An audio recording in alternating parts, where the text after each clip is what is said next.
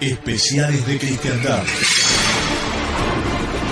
Un espacio de investigación profunda, sin miedos, sin tabúes, para llegar al corazón de los problemas que aquejan. Continuamos entonces con esta parte de los especiales del mes de marzo con el Padre Castellani. Estamos viendo las cartas a las 7 iglesias del Apocalipsis de San Juan y hemos llegado a la carta a la iglesia de Sardes. Ya pasamos al capítulo 3. Son los primeros 6 versículos. Dice así la carta: al ángel de la iglesia de Sardes escríbele: esto dice el que tiene los 7 espíritus de Dios y las 7 estrellas. Conozco tus obras, se te tiene por viviente, pero estás muerto. Ponte alerta y consolida lo restante que está a punto de morir, pues no he encontrado tus obras cumplidas a los ojos de mi Dios. Acuérdate, por tanto, tal como recibiste y oíste mi palabra, guárdala y arrepiéntete. Porque si no estás en vela, vendré como ladrón y no sabrás a qué hora vendré sobre ti. Tienes, no obstante, en Sardes unos pocos que no han manchado sus vestidos. Ellos andarán conmigo vestidos de blanco, porque son dignos. El vencedor será así revestido de blancas vestiduras, y no borraré su nombre del libro de la vida, sino que confesaré su nombre delante de mi Padre y de sus ángeles. Quien tiene oídos, escuche lo que el Espíritu dice a las iglesias. Bueno, está ahí el texto sagrado del Apocalipsis. Conforme al Padre Castellani, Sardes es la edad llamada del Renacimiento. Vamos a ver por qué. Según el mismo padre, desde Carlos V hasta la Revolución Francesa. Según el beato Holshauser, hasta el emperador Santo y el Papa Angélico. Entonces, según yo, no se va a terminar más Sardes. Siguen esperando. Sí, claro. No han llegado todavía ni llegarán. Entonces, Sardes, ¿qué era Sardes en la realidad? Era la capital del reino de Lidia, proverbial en la antigüedad por sus riquezas y centro de la industria textil. El beato Holshauser dice que Sardes significa estampa de hermosura, mote que le cuadra muy bien a la vistosa y en el fondo desastrosa edad que han bautizado Renacimiento. Esas son palabras del padre Castellani, por supuesto. Entonces el beato Holshauser dice que significa estampa de hermosura, y el padre Castellani dice mote que le cuadra muy bien a la vistosa y en el fondo desastrosa edad que han bautizado Renacimiento. Vale la pena aquí hacer referencia a la iglesia anterior, de la Edad Media, y a esta, del Renacimiento. Los que están escuchando, los que lean, la gran mentira en las escuelas, en las universidades, tanto para una época como para la otra. Claro. Denigran la primera, la Edad Media, y exaltan, encumbran, se enorgullecen de esta. Pero el versículo que la define es: conozco tus obras, se te tiene por viviente, pero estás muerto. O sea, es un falso renacimiento. Un pseudo renacimiento. Conozco tus obras, se te tiene por viviente, tal como nos la presentan en las escuelas, en las universidades, en los libros. Un resurgimiento absoluto. Pero estás muerto. Entonces, perfectamente Sardes profetizaba, significaba, en la revelación hecha a San Juan, ese período que comienza más o menos en 1500 y tanto. Sardes. Es el tiempo del Renacimiento, de la reforma y de la disgregación de la cristiandad, del estilo barroco y de la ciencia moderna, de la Basílica de San Pedro, el Escorial y el Louvre, de Suárez y Descartes. Bueno, acá hago una aclaración, concretamente sobre el barroco como de otras cosas. Entonces veamos cómo empieza el declinar de la sociedad a partir de 1303. Y podríamos tomar, tal vez lo hagamos en algún momento, o sea, desarrollarlo aquí en la radio, tanto en teología como en filosofía, como en las artes. En este caso hablamos de arquitectura, Basílica San Pedro, el Escorial, el Louvre. Hablamos de filosofía, Suárez, Descartes. Hay un declinar, tanto en teología como en filosofía como en las artes. hay un punto hasta el cual todavía, en esas diversas asignaturas, todavía rige lo católico, todavía es católico. Pero hay un declinar, y no se puede comparar entonces el arte barroco, y mucho menos el rococó, con el arte gótico o románico. No se puede comparar la polifonía con el gregoriano. No se puede comparar la llamada devocio moderna en espiritualidad con la espiritualidad justamente de los monasterios medievales. Pero tampoco se puede decir que todo eso no sea católico. Hay dos errores respecto de esto. Entonces están los que dicen, no, arte barroco, devocio moderna, polifonía, eso no es católico. Y no tiene cabida. Hoy por hoy, no tendría que haber tenido cabida nunca, y no la tiene hoy por hoy en lo que sería el catolicismo. En la devoción moderna entra también dentro de la misma bolsa, por ejemplo, los ejercicios espirituales de San Ignacio. Claro. Y no, es una exageración. Ahora bien, llegar y quedarme pura y exclusivamente con lo barroco, porque lo barroco hoy comparado con el arte moderno, pero bendito sea Dios del barroco, ¿no es cierto? Claro. Estas iglesias desastrosas que hacen hoy en día. Pero entonces, si para contrarrestar los desastres de hoy en día yo recurro al barroco, pero me quiero quedar pura y exclusivamente con el barroco, y teniendo la posibilidad de remontarme hacia atrás y llegar a algo mejor, no quiero, porque para mí lo católico es lo barroco, tampoco, eso es otro error. Lo mismo si tengo que recurrir para sacar a un joven, ¿no es cierto?, del rock y hacerle que guste de la polifonía o de la música clásica, incluso del folclore, buah, pero quedarme pura y exclusivamente en eso, y que mi música durante la misa sea pura y exclusivamente polifonía, Claro. no, tampoco. Ahora esta es la época en que, usted marca bien la fecha 1303, el poder temporal empieza a sobrepujar el poder de la Iglesia, o por lo menos apartarlo de su camino. Y paralelamente también aparece el hombre encumbrado frente a Dios. Va desapareciendo la importancia de Dios como punto de mira de todo, y va apareciendo el hombre como centro de toda la filosofía. Yo diría que incluso es a la inversa, porque en teología hay este exaltamiento del hombre para con Dios, porque en filosofía hay esta preeminencia que hay para lo que sería la materia respecto de la forma. Es que eso después se traduce, se grafica en lo político, en lo cultural, en lo artístico, y entonces una sociedad que pasó de ser esencialmente teológica pasa a ser económica.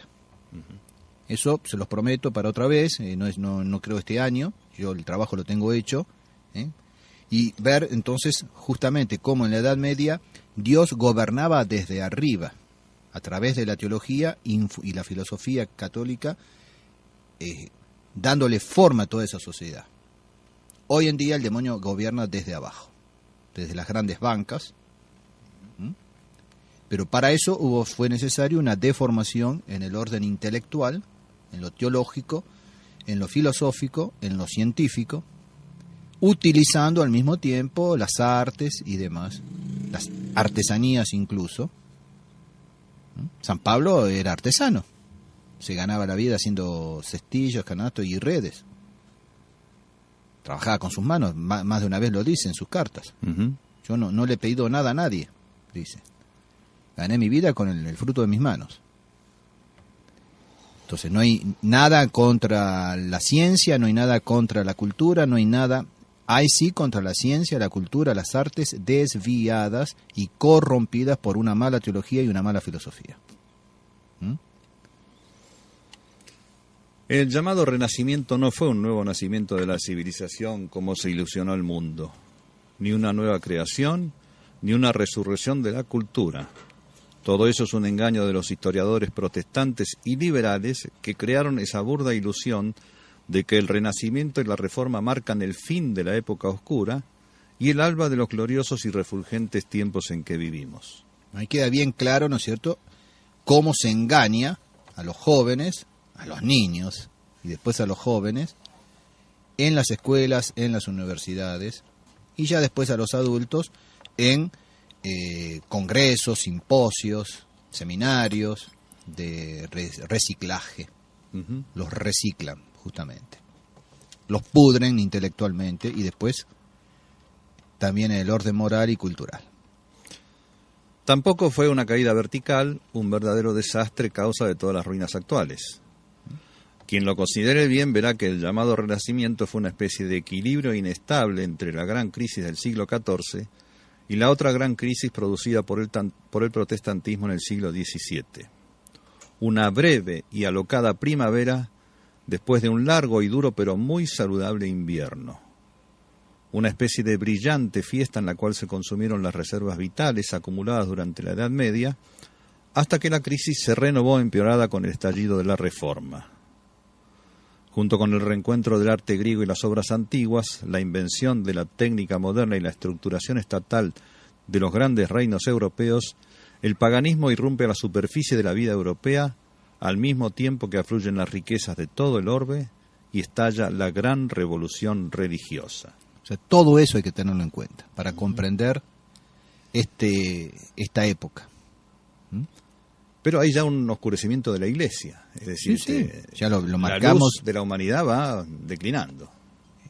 Es que justamente, Y es la causa de todas estas otras transformaciones. así como el accionar de la Iglesia edificó la cristiandad, el declinar de la Iglesia lleva al derrumbe de esa sociedad cristiana. Ujú. Y la prevaricación moderna, a partir de concretamente la Revolución Francesa, va a llevar al declinar absoluto ya que al cual asistimos nosotros. Obras grandiosas y pomposas, pero ya picadas, obras no llenas, las mejores de ellas quedaron inconclusas. Bien se aplica pues el versículo perentorio del profeta. Tienes el nombre de viviente, es decir, renacido, pero en realidad vas a la muerte. El mundo moderno nació bajo un signo de enfermedad de muerte. El mundo creyó salir de una muerte y era una fiebre su fastuoso renacimiento. Tenía una herida mortal. Le fue dada la consigna de confirmar, robustecer las cosas que de todas maneras eran morideras. Ponte alerta y consolida lo restante, dice la Escritura, que está a punto de morir. Otra recomendación de la tradición, desde ahora en más la Iglesia lo que tiene que hacer es conservar lo que le queda, los restos, aún sabiendo que son cosas perecederas y que van a la muerte. Todo aquello que entendemos bajo el nombre de tradición occidental, toda la herencia de Occidente que podríamos llamar romanidad, el obstáculo al anticristo según la segunda carta a los Tesalonicenses, capítulo 2, a partir del Renacimiento comienza a ir a la muerte. Y el esfuerzo de la Iglesia debe emplearse en fortalecerlo. Bueno, hay un versículo importante que resume todo esto, que dice el padre Castellani, y dice: conozco tus obras y si te tiene por viviente, pero estás muerto, ponte alerta y consolida lo restante que está a punto de... Porque no he hallado tus obras cumplidas delante de mi Dios. No he hallado tus obras cumplidas. Y eso se ve claramente en la colonización y evangelización de América. La que llega, como vamos a ver inmediatamente con el padre Sánchez Abelenda, la que llega a estas tierras es la iglesia medieval encarnada en ese momento en la hispanidad. Pero no por culpa de la hispanidad, no por culpa de España, sino por impotencia, no puede llegar hasta el fin. Las obras no son cumplidas. Y concretamente en lo religioso, pues también se puede ver en lo político, se puede ver en lo filosófico, pero concretamente, para hacerlo breve, en lo religioso, la obra de la hispanidad, de la cristiandad hispánica en estas tierras, culmina en las parroquias y no en la vida monástica, no en los monasterios. Y le falta, así como le falta a América, le falta a la América hispánica, Eso hay todo un artículo muy interesante del padre Castellani a propósito de esto. Así como a la América hispánica le falta en lo religioso haber llegado hasta el monacato, no tiene filosofía. Hay raíces, pero no hay filosofía. Bueno, tus obras no han sido cumplidas. Insisto, no es por maldad, malicia de España, sino por impotencia, por la época y eso está en el Apocalipsis. Entonces, concretamente termina, por así decir, en una obra parroquial, una obra de catecismo. El padre Castellani, aquel que conoce las obras del padre Castellani, ¿cuántas veces habla de que los seminarios en América hispánica no estaban a la altura de la lucha, del combate que se estaba librando? Faltaba esa formación, faltó tanto, insisto, en lo religioso como en lo político, como en lo filosófico, incluso en lo estrictamente cultural, artístico. Entonces tengo eso, tus obras no son cumplidas. Bueno, y ahora viene la gran cuestión, ¿no? Se acabó la época de Sardes. Bueno, pero así no, con un poquito más de años. Se acabó la época de Sardes. Así, se acabó la época de Sardes. La contrarreforma terminó en la Revolución Francesa, que fue un acontecimiento capital, una tuba, una trompeta, que cambió la faz de la historia. Con la Revolución Francesa acabó formalmente en el mundo el Imperio Romano, que la tradición patrística pone como misterioso catejón de San Pablo. Y eso lo vamos a desarrollar ahora inmediatamente, pero se acabó la época de Sardes. La contrarreforma, con su empeño en conservar, con su apego a la tradición europea, ya herida de corrupción por el renacimiento pagano, fue realmente un esfuerzo por corroborar, un esfuerzo de restauración católica. La contrarreforma, con su empeño en conservar. Sus adversarios tomaron el nombre de revolución, protesta, y sus partidarios que defendían lo tradicional el nombre de contrarreforma, o sea, de defensiva. Le daré poder sobre las naciones, las regirá con vara de hierro y serán desmenuzados como se quebrantan las piezas de arcilla. ¿Eso es para la iglesia de Sardes? No. ¿Dónde está eso? En la posterior.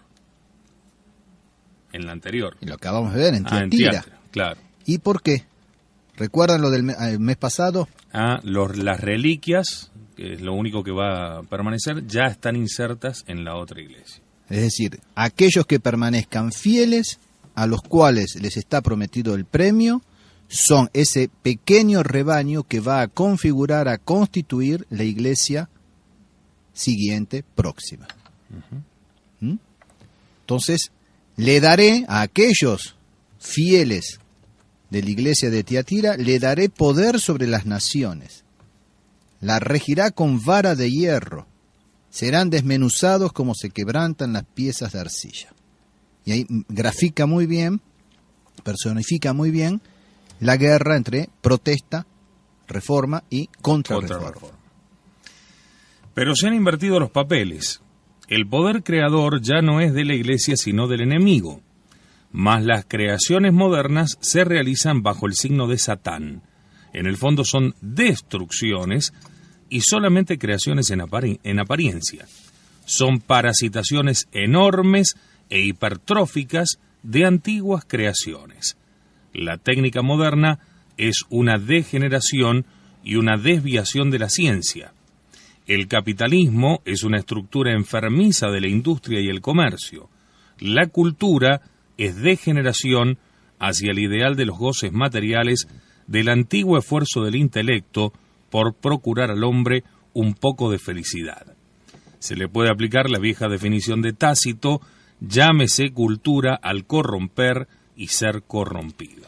Bueno, este párrafo, un poco largo y denso, tiene que ser leído, meditado, reflexionado, Para aquellos que lo acaban de escuchar, vamos a pedirle a Luis Manzano que lo desarrolle un poco, porque vale la pena. Entonces, quedábamos en que estaba esa lucha entre el protestantismo, la reforma y la contrarreforma. A los defensores de lo tradicional se le dio el poder sobre las naciones, y el padre empieza, pero se han invertido los papeles. El poder creador ya no es de la iglesia, sino del enemigo. Es como que se está perdiendo la sal de la tierra, ¿no? Uh-huh. Y entonces aparecen las creaciones modernas que se realizan bajo el signo de Satán. Declina la iglesia de Cristo, aparecen las huestes de Satán. En el fondo son destrucciones y solamente creaciones en apariencia. O sea, son cosas que aparecen como novedosas, pero es porque van destruyendo lo anterior, van ocultando todas las artes, la filosofía y la teología anterior. Todo eso que hoy deslumbra a las gentes son armas de destrucción. Uh-huh. Armas de destrucción del hombre como tal, y con más razón, del hombre elevado al orden sobrenatural, el cristiano. Uh-huh. Y el hombre embobado por esas grandes creaciones de sus manos, y ya entramos aquí de lleno, ¿no es cierto?, en lo que va a ser el anticristo, el hombre que adora la obra de sus manos, embobado, está ahí delante de esas grandes creaciones, en realidad se está autodestruyendo. Son parasitaciones enormes e hipertróficas de antiguas creaciones. Acá hay una imagen preciosa, es decir, el parásito que se prende al organismo sano Uh-huh. y lo va cubriendo, crece, se pone hipertrófico, Como un cáncer, sobre las antiguas creaciones. como un cáncer. Sí. Las devora y queda en su lugar, con una apariencia bonita o atrayente para el mundo, pero destruyendo lo que era genuinamente bello y bueno. Uh-huh. La técnica moderna es una degeneración y una desviación de la ciencia. Ciencia con mayúscula. Y técnica entre comillas, pone Sí. el padre. La técnica moderna es una degeneración y una desviación de la ciencia, que era algo que se estudiaba por sus primeros principios, por sus causas primeras. Uh-huh. Y es decir, que no era solamente una cuestión de técnica, sino una cuestión de técnica apoyada en una filosofía y en una teología. Había una relación íntima entre la ciencia y la fe. Ciencia Hoy, y por supuesto, sabiduría. Ciencia aplicado a las cosas de índole más inmediato, uh-huh, y sabiduría aplicado a lo religioso. Entonces, ciencia prueba a partir de las causas, o sea, una ciencia es un conocimiento cierto a partir de sus causas, una sabiduría a partir de sus causas primeras uh-huh. y últimas. El capitalismo es una estructura enfermiza de la industria y el comercio. Viene a reemplazar el capitalismo, la concentración de capitales, a la estructura económica corporativa de la Edad Media, con sus gremios, la movilidad social que implicaba esa estructura, Uh-huh. que hoy desaparece porque el capitalista está siempre arriba y el sometido al capitalismo queda siempre abajo, y además de sufrir carestía y demás, no tiene posibilidad justamente de aprovecharse para su salvación de la industria y del comercio. Uh-huh.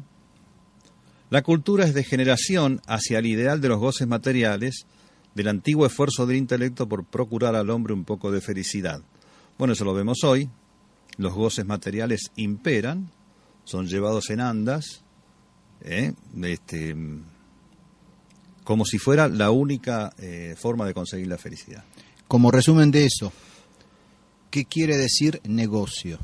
La negación del ocio. ¿Y cuál era el ocio de la Edad Media? El ocio era la meditación. Tanto en el orden estrictamente espiritual, que era la meditación, la contemplación, como en el orden, digamos, inferior a lo estrictamente espiritual, religioso, que era la filosofía. Uh-huh. Y si se quiere, voy bajando la verdadera cultura a través de la literatura, de la buena música, de la buena pintura, de la buena escultura. Entonces el hombre negociaba, es decir, trabajaba estrictamente para tener el tiempo después de dedicarlo al ocio intelectual, sea por la contemplación, la meditación, sea a través de la recreación, el recrearse, el volver a crear las fuerzas perdidas por el trabajo, el recrearse por la buena filosofía, por la buena música, la buena pintura, etcétera. Claro, la negación del ocio, el trabajo, además no nos olvidemos que es una pena del pecado original. Uh-huh. Y por lo tanto tiene ese aspecto de negativo, negación del ocio, que el ocio sirve justamente para meditar, para elevarse, para alcanzar la perfección en todos los otros órdenes. Hoy, ¿a qué le llaman ocio? A divertirse estúpidamente con... O a perder el tiempo. Es lo que decía Tácito, llámese cultura al corromper y ser corrompido. Yo me quedé pensando un poco en lo que usted hablaba de San Pablo artesano, ¿no? Y cómo, justamente con el advenimiento de toda la técnica, se cambia absolutamente la dimensión del trabajo y ya se transforma ni siquiera en una penalidad, sino hasta en una suerte de gozo. El hecho de el trabajo, de conseguir el dinero, y se vuelven adictos, como tenemos hoy en nuestra sociedad. Es una forma también de ese idolatrar la obra de las manos del propio hombre. Y una especie de esa idolatría del trabajo la tenemos en la iglesia. Claro, exactamente, sí. Con el activismo. No, pero no es una congregación religiosa, pero es un instituto secular, de seglares. El Opus Dei. Hombre, el Opus Dei. Claro. Que idolatran el trabajo. Uh-huh. Olvidándose de que justamente es una pena. Inclusive hemos llegado a escuchar al neobeato Juan Pablo II decir que el trabajo era la forma de la dignificación del ser humano. Pero si ustedes leen el oficio de la fiesta del 1 de mayo, que siempre me la rechacé. Hizo ruido, sí. Y desde hace, este año va a ser el tercero que no la celebro más. 1 de marzo, de 1 de mayo, San Felipe y Santiago. La descarté la fiesta de San José artesano. Si ustedes leen el oficio, los textos, realmente yo siempre sentí una repulsión por esos textos. Al tener que leerlos, al tener que recitarlos. Y sin embargo, justamente estaba la solemnidad de San José en medio de la Pascua, un miércoles con una octava, que ha sido suprimida y se han perdido todos los sermones, los hermosos sermones que a lo largo de 8 días la Iglesia ponía a disposición de sus sacerdotes, de sus religiosos, con esa solemnidad de San José, a partir de un miércoles, 8 días. Voló de un plumazo eso, pusieron San José obrero, San José obrero, a ver, San José artesano, vaya, San José obrero, supuestamente para bautizar la fiesta de comunista, ¿no es cierto?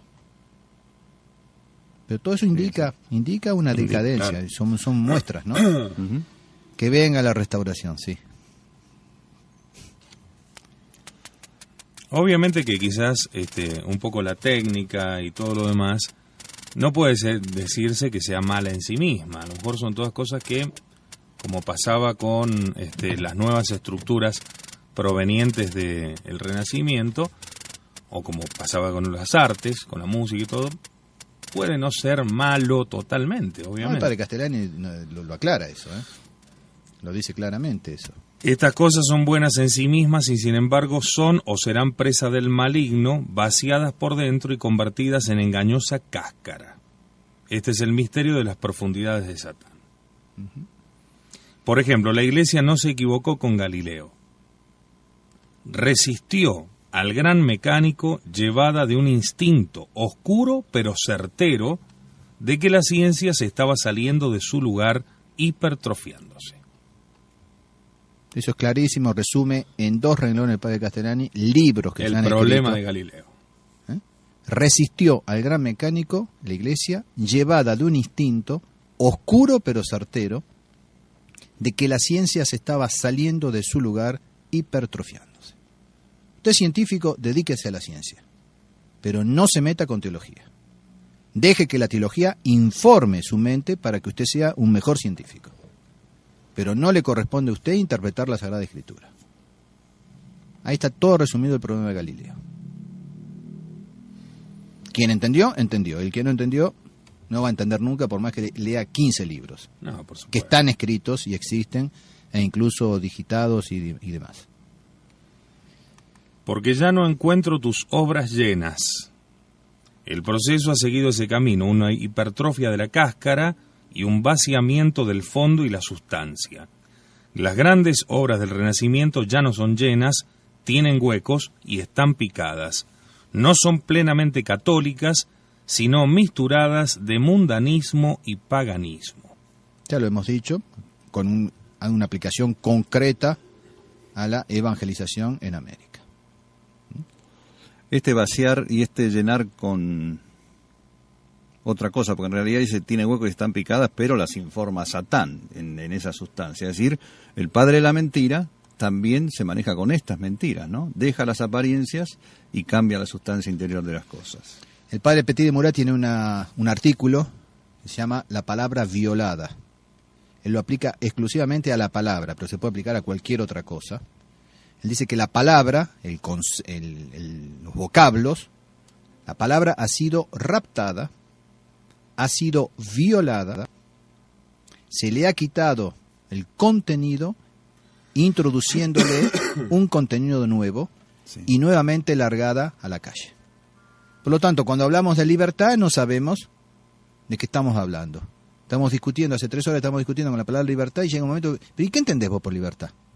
Ah, no, eso es libertinaje. Sí, no, y además hay tantas definiciones de una palabra por eso, como personas estén discutiendo. Entonces, aplicado a cualquier otro rubro, a cualquier otra,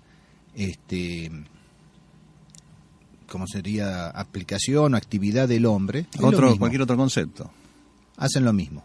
Lo raptan, lo vacían, lo violan, poniéndole otro contenido y lo vuelven a largar al ruedo. Y la gente cree que está hablando de lo otro y no. Porque la palabra es el signo oral del concepto. Entonces yo juego con la palabra, juego con los conceptos. Y al jugar con los conceptos, juego con la realidad. A través de la violación de la palabra, yo estoy violando la realidad. Además, la gente se alegra de eso, de poder hacer lo que quiere con las palabras, de sí, poder pero no opinar. sabe. No, la gente en general no sabe. Los que saben son los que manejan todo. Son los que cambian justamente las estructuras. Y eso, digamos, en la edad moderna, en su gran mayoría, lo han logrado a través de la prensa. Por supuesto, después llegó también a las universidades y demás, ¿no es cierto? Pero es a través de la prensa. Aquí tenemos, digamos, como fundamentación en el aspecto, digamos, de las herejías, la aparición del protestantismo y hasta la Revolución Francesa, ¿no es cierto? Uh-huh. Ahora, ¿no hay un proceso paralelo, aunque infructuoso, mientras este salió vencedor, en la Alta Edad Media con el Islam? De esa infiltración en lo cultural que también plasmó, sí, pero sí, que gracias a la divina providencia y porque todavía en esa época le era permitido, ¿no?, salvaguardar la cristiandad, no llegó a concretarse totalmente. Sí, no, y aparte fue utilizado, digamos, como medio, o sea, Dios sabe sacar de los males bienes, pero si analizamos simplemente un Santo Tomás descubre a Aristóteles a través de los musulmanes, justamente, claro, de los árabes. Un Aristóteles que ya estaba en cierto modo desvirtuado. Pero es a través de eso que llega. Y bueno, y toda la obra de reconquista en España, también, después de 8 siglos, claro que ha quedado cosas sí, sí, en España. Y ese combate también asentó ¿sí? la cristiandad. Pero la cristiandad salió victoriosa de eso. Claro. Acá, no. Ya estamos en otra época y sale derrotada. Hasta llegar, todavía no estamos, hasta llegar ese momento en el que les será dado el poder de vencer a los santos. Pues hasta ahora no vence a los santos. Pues llegará un momento que incluso los santos van a ser vencidos. Pero eso es capítulo 13, todavía falta. Recuerda pues tal como recibiste y oíste, y guárdalo y arrepiéntete. Tercera, exhortación a lo tradicional, a lo que has escuchado, pero eso hay que practicarlo. Hoy las palabras de la religión resuenan por todas partes, pero muchas veces vacías por dentro, no practicadas, no vividas. Si no vigilas, vendré como ladrón. Y aquí tenemos entonces que por primera vez en estas cartas proféticas aparece la parusía y en forma de amenaza. O sea, el vengo pronto de Tiatira ahora es vendré como ladrón. Cuando menos te lo imagines. Cuando menos lo esperes. Esta fórmula, hay que recordar, la usa de continuo nuestro Señor para aludir a la muerte. Las muertes de épocas que vienen después del Renacimiento, Revolución Francesa, guerras mundiales, Revolución bolchevique, surgen así, de modo imprevisto, inclusive en medio de una euforia. Y viene la hecatombe. Uh-huh. Con todo, tienes en Sardes algunos pocos hombres, dice el texto, los hombres verdaderamente religiosos comienzan a ser una minoría en medio de multitudes ensuciadas. Hay una notable constelación o pléyade de santos que comienzan a finales del siglo XIV y termina en el siglo XVIII. Su predicación y penitencia impidieron que la cristiandad fuese borrada ya del libro de la vida y que viniese ahora el anticristo. Todo eso está perfectamente anunciado, profetizado en el mensaje de la iglesia de Sardes. Ahí hay referencia a aquello de San Vicente Ferrer, por ejemplo. Por ejemplo. El herrero de la Contrarreforma. Y el ángel del Apocalipsis. Claro. El ángel del Apocalipsis se lo llamaba. Porque él predicaba que el Apocalipsis estaba a la puerta y para demostrarlo inclusive resucitó un muerto. Uh-huh. Y entonces los que dicen que San Vicente Ferrer se equivocó, bueno, tienen que ir más lejos, sacar las conclusiones, porque Dios, si con un milagro vino a atestiguar lo que decía San Vicente Ferrer, el que se equivocó fue Dios. Lo mismo como yo escuché la barrabasada de uno de mis superiores de Francia, San Pablo se equivocó. Sí, los únicos que no se equivocan son vos y Fele, flaquito. ¿Y a qué se refería con San Pablo se equivocó? Y justamente la carta a los tesalonicenses, por ejemplo. Ah. La primera carta, segunda carta de los tesalonicenses. Y entonces se le aplica muy bien lo que dice San Pedro en su segunda carta. Hay cosas difíciles de entender, muy profundas en las cartas de nuestro hermano Pablo, que los imbéciles entienden mal como el resto de las escrituras, dice San Pablo. Textualmente está, Hay cosas oscuras que los imbéciles entienden mal, como por otra parte el resto de las escrituras. Está bien. Entonces, no lo digo yo, lo dice San Pedro. Bueno. O sea, sobre el libro de la vida, que es lo que no serán borrados sus nombres del libro de la vida, en el mismo Apocalipsis tenemos referencia en el capítulo 13, versículo 8, capítulo 17, versículo 8 también, capítulo 20, versículo 12 y 15, y capítulo 21, versículo 27. O sea que se reitera la cuestión, y si ustedes a veces siguen la liturgia, ven que muchas veces en las oraciones que están prescritas para este tiempo de Cuaresma, o sea, además de la colecta propia de cada misa, se remite a las que son propias del tiempo de Cuaresma, hace referencia a que no sean borrados del libro de la vida. Está tomado de aquí. El libro de la vida representaría los la escogidos, bienaventuranza. la bienaventuranza. No serán borrados de la eterna bienaventuranza, o sea, se salvarán. Ese pequeño rebañito, esos que se permanezcan fieles, no serán borrados del libro de la vida. En medio de esa gran hecatombe, esa gran caída, esa precipitación que ya está indicado aquí. Bueno, esta edad, pues, la de las riquezas y el falso florecer, mientras los galeones españoles regresaban de América cargados de oro y plata, Europa se desgarraba en una confusa guerra de 30 años. Mientras las artes y las ciencias se hinchaban en soberbia pompa, la lucha entre protestantes y papistas quedaba empatada por obra de Richelieu y Gustavo Adolfo. La protesta, ya establecida en el norte, desbordaba sobre las naciones católicas en forma de filosofismo y liberalismo. Los neonobles ingleses, con los bienes arrebatados a monasterios y hospitales, creaban el actual capitalismo. La revolución por antonomasia aniquilaba en Francia la monarquía cristiana, ya herida de muerte en Inglaterra, para iniciar tumultuariamente nuestros tiempos. Es decir, con Sardes se terminó el periodo que podrían llamar de posible reflorecimiento, restauración, y la Revolución Francesa viene a marcar claramente el término de Sardes y el paso a Filadelfia. Pero aquí entonces viene la famosa disputa. ¿Habrá un tiempo de reflorecimiento? ¿Habrá un tiempo de recuperación que nos están prometiendo hoy en día en el seno de la tradición? Bueno, aquí yo ahora me he dado el gusto de resumir lo que tenía esparcido aquí y allá un poco por todas partes sobre este periodo de reflorecimiento con varios autores. Todavía me quedan algunos en el tintero, por ejemplo el padre Manuel, Joseph Pieper, el cardenal Pi, pero por lo menos me saqué el gusto de resumir y de escribir lo del padre Castellani, lo del padre Membiel, lo del padre Sánchez Abelenda, entre nosotros, Hilaire Belloc, y también, para hacer ver también, digamos, la otra postura, uno de los filósofos más importantes del contemporáneos, ¿no es cierto?, ya falleció, pero muy allegado a la obra de la tradición, como también Monseñor Felé y Monseñor Lefebvre.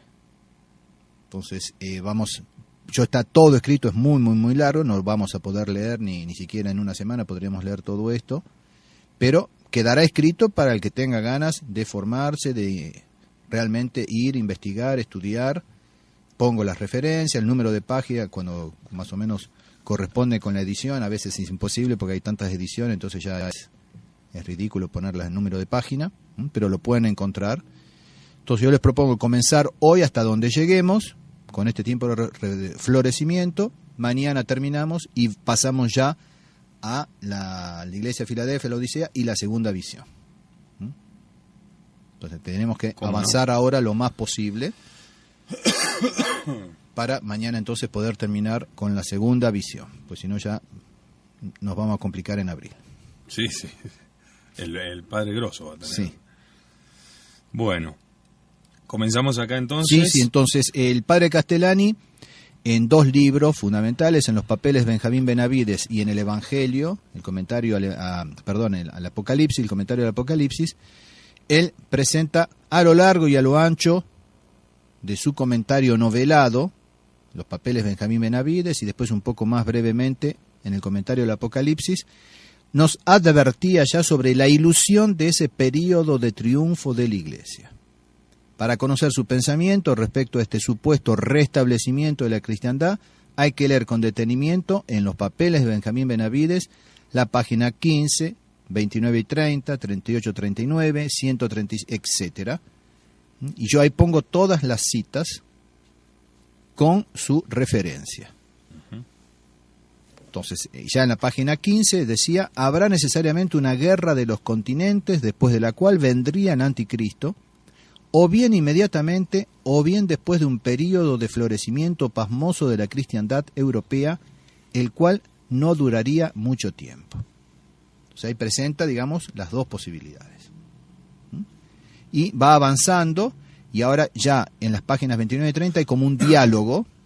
Recuerden que es una novela, entonces está Benjamín Benavides, que es el padre Castellani, evidentemente, que está explicando el Apocalipsis, y que está preso, está en un campo de concentración, y una serie de personajes, sacerdotes, periodistas, una mujer, etcétera, que lo van a ver, a veces todos juntos, a veces algunos, a veces uno solo, para tratar de sacarle al viejo Benjamín Benavides todo el jugo posible sobre su interpretación del Apocalipsis.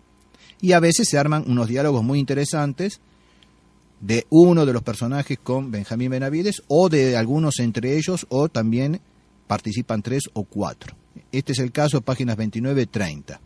Están analizando un versículo: oiréis guerra y rumores de guerra, pero no entonces enseguida será el fin. Entonces empieza el diálogo. Pero aunque fuese ahora ese tiempo de guerras, según nuestro Señor, todavía no es el fin. Pero es el principio del dolor, de los dolores de parto, como dice el texto griego. Es el primer dolor, como dicen las mujeres. Sin embargo, eso de que todavía no es el fin, ¿no significa una interrupción de los dolores? ¿No habrá entre el anticristo y la guerra un período entero de gran paz y prosperidad de la Iglesia, como nunca se ha visto, en el cual se predicará el Evangelio en todo el mundo y se convertirá el pueblo judío? Ay, ojalá. El tiempo del Papa Angélico y del Gran Rey, de las visiones medievales. Infinidad de profecías privadas lo han anunciado, pero yo, temo que esa esperanza sea una especie de milenarismo temporal, una humana escapatoria al temeroso vaticinio, porque los dolores puerpéricos, una vez que empiezan, ya no se interrumpen por un tiempo largo de bienestar. No veo cómo encajar esas profecías privadas en el riguroso texto bíblico. Ahí está resumido todo. Pero no es la única cita.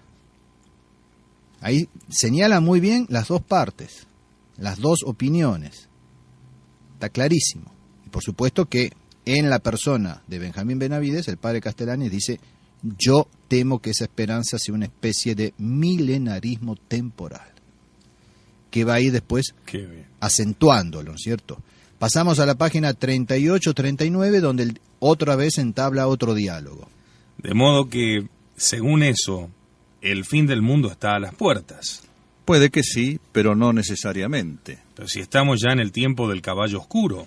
Pero podría darse una restauración pasajera de la durada de una generación de la monarquía cristiana en Europa, que corresponda al tramo entre el finis y el initia dolorum de nuestro Señor, es decir, lo que pudiéramos llamar el periodo nondum statim. No todavía, no todavía enseguida. A ello puede acogerse usted si le tiene demasiado miedo al fin del mundo. Eso es genial, ¿eh? A eso puede acogerse usted si le tiene demasiado miedo al fin del mundo.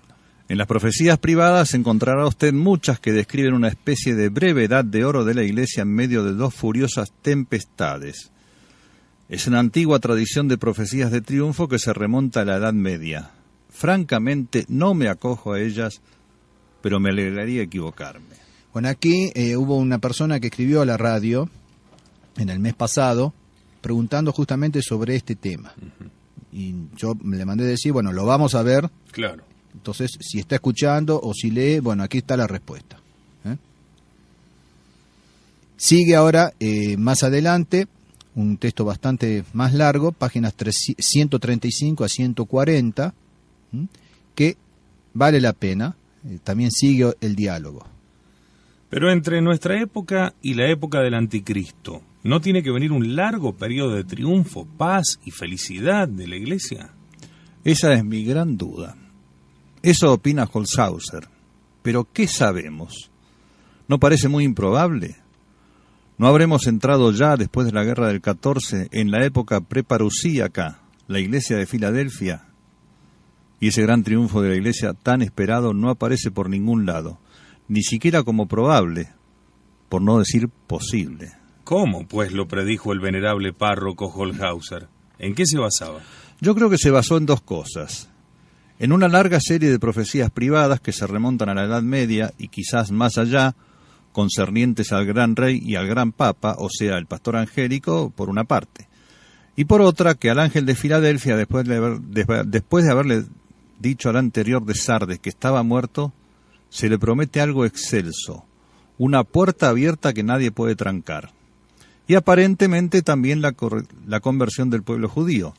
Ese suceso que, según la profecía de San Pablo ad Romanos, será como una explosión de vida en la Iglesia. Entonces ahí resume el padre Castellani la posición y la posible causa de esa posición de el reflorecimiento, de la restauración con promesa en el orden político de un gran monarca, en el orden religioso del pastor angélico. Y entonces le preguntan al viejo Benjamín: ¿y usted en qué se basa para dudar? Esas profecías son muchísimas y muy autorizadas.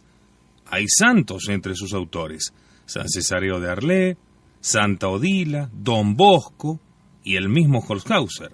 Y la conversión de los judíos es cosa de fe, y algún día tendrá que ser. ¿Algún día antes del advenimiento o bien el mismo día del advenimiento?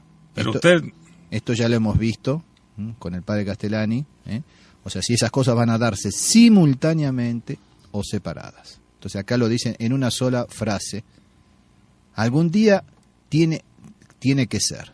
Dice, algún día antes de la segunda venida de nuestro Señor, o bien el mismo día de la segunda venida de nuestro Señor. antes del advenimiento o bien el mismo día del advenimiento. Y entonces le retrucan al judío. Pero usted rechaza la profecía del gran rey y el excelso papa, durante los cuales se acabará la predicación del evangelio en el mundo, que sin embargo también debe verificarse según Cristo, y entonces vendrá el fin. Puede que ya se haya verificado. En fin, yo no lo rechazo ni lo acepto. Yo no soy profeta y eso es un futuro. Solo que todas esas profecías de triunfo surgidas en épocas de tribulación me son un poco sospechosas. ¿Y por qué le son sospechosas? No sé, no me convencen. ¿Será a lo mejor que en el fondo pesimista de su carácter y lo mucho que ha sufrido? Quizá. Pero no, a lo que yo tengo desconfianza es a todo lo que el mundo de hoy fomenta la creencia vulgar, estúpida y herética de que el mundo durará todavía miles y miles de años, que todo esto de ahora se nos arreglará fácilmente, que nos espera una era de prosperidad maravillosa. Y en suma, que estos dolores universales no pueden ser agonías, sino que deben ser necesariamente dolores de parto, el alumbramiento de un breve New World. Eso es lo que me escama, esa especie de mesianismo del progreso o milenarismo de la ciencia, sobre el cual Renan y otros tales anticristos o pseudo profetas de hoy escriben páginas tan brillantes. Y muchos católicos lo creen, y toman esas benditas profecías del pastor angélico para consolarse, como enfermos incapaces de encarar siquiera el pensamiento de la posible muerte. Es lo diametralmente opuesto al haz penitencia porque vuelvo pronto del libro revelado. Este mundo debe durar todavía miles y miles de años antes de enfriarse, gritan jubilosos al ver que el mundo se va calentando cada vez más. Pero esa es justamente la señal que da San Pedro de la Parucía. No se creerá ya más en ella. Pero Holshauser no predice eso. Predice un inmenso pero breve triunfo de la Iglesia, de la durada de una vida de hombre, en que las fuerzas de Satán serán comprimidas y reducidas, pero no eliminadas, y en que la presión de los dos bandos será formidable. Un periodo tenso, palpitante, ruidoso, exasperado, del ritmo de la historia humana, una tregua y no una paz. Bueno, hasta ahí las páginas 135 a 140, pero avanzamos un poco a las 159, 161. Aquí primero hay un largo párrafo como una introducción antes de iniciar un nuevo diálogo, y el padre Castellani, personificado en Benjamín Benavides, dice: no habrá una nueva Edad Media, como espera Berdiev, no habrá una nueva cristiandad, como profetiza Maritain, no habrá una nueva estructura de la fe, como soñaba Tyrrell, acomodada a la nueva era, con nuevos ritos, cultos, ceremonias, cánones, costumbres y organización. De aquí adelante la Iglesia se purifica y se corrompe, pero no se rehace. Esto está escrito en los años 40. Qué bárbaro. La última lucha está planteada desde el ángel del Evangelio eterno. La cama del anticristo está hecha. El mundo moderno nació bajo un signo de enfermedad de muerte. El mundo creyó salir de una muerte y era una fiebre su faustoso renacimiento. Tenía una herida mortal. Le fue dada la consigna de confirmar, robustecer las cosas que de todas maneras eran morideras. La Iglesia se centraliza fuertemente como un ejército a la defensiva que se repliega sobre sí. Y como que iba a seguir hablando, ¿no es cierto? Y lo interrumpe. Hasta que comience la ofensiva, hasta que venga el gran rey y el papa angélico. Sí, con Ratzinger y Sarkozy. Le faltó escribir. ¿Y Felé? Se olvidó Felé. No, es el que habla. Hasta que comience la ofensiva. Hasta que venga el gran rey y el papa angélico. Y el judío dice: así dicen en las reuniones de acción católica. La ofensiva, la conquista del mundo para Cristo por una juventud pura y ardiente. Entonces, como las que vemos ahora en las Jornadas Mundiales de la Juventud. Claro, claro. Entonces, ¿usted no cree en la gran restauración católica? Se acabó la época de Sardes ¿O estamos ahora en ella esperando que venga con Filadelfia el triunfo de la Iglesia y la restauración de la cristiandad? Se acabó. La contrarreforma terminó en la Revolución Francesa. La Revolución fue un acontecimiento capital, una tuba que cambió la faz de la historia. Con la Revolución acabó formalmente en el mundo el Imperio Romano, que la tradición patrística pone como el misterioso catejón de San Pablo, el obstáculo del anticristo. Página 161, saltamos a la 227. Hay un largo trecho del libro en que no vuelve a aparecer este tema. Pero en la página 227 ya no hay diálogo.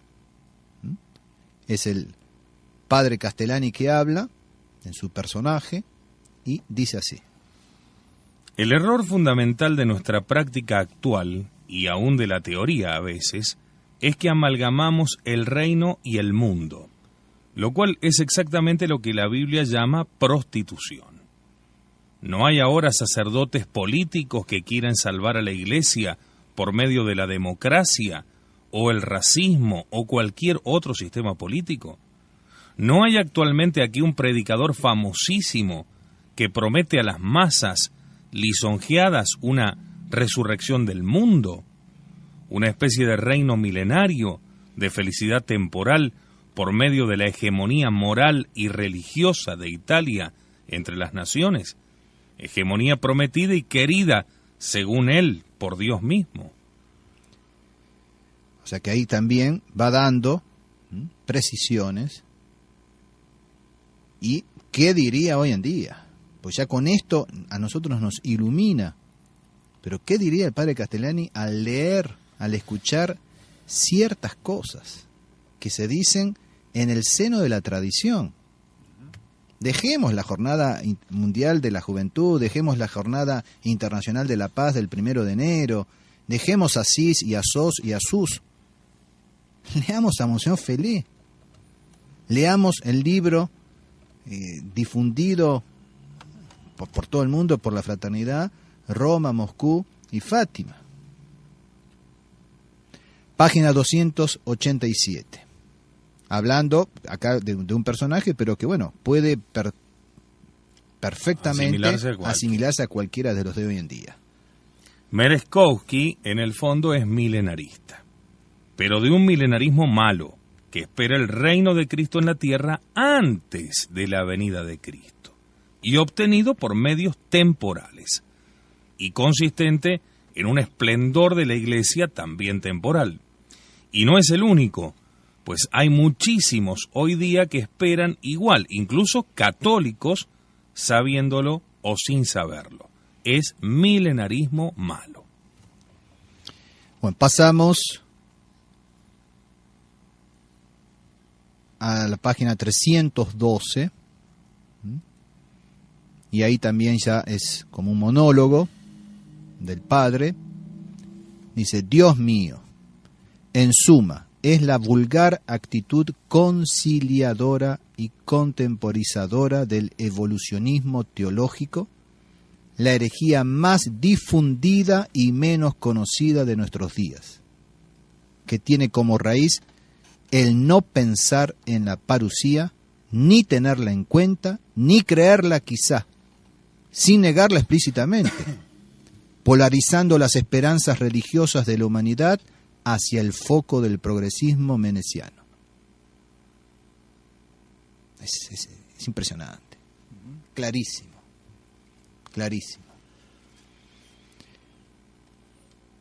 Bueno, yo digo, dejemos al padre Castellani, ya conocemos, En el Apocalipsis lo mismo, es muy claro, pero todas las citas van a estar en el blog, para los que están escuchando y a lo mejor se quedan con ganas de seguir escuchando al padre Castellani, pero tenemos que avanzar y yo prefiero entonces pasar al padre Membiel. Entonces el padre Membiel tiene una partecita corta en el libro El judío en el misterio de la historia, capítulo 4, los judíos y el misterio de la historia y la escatología.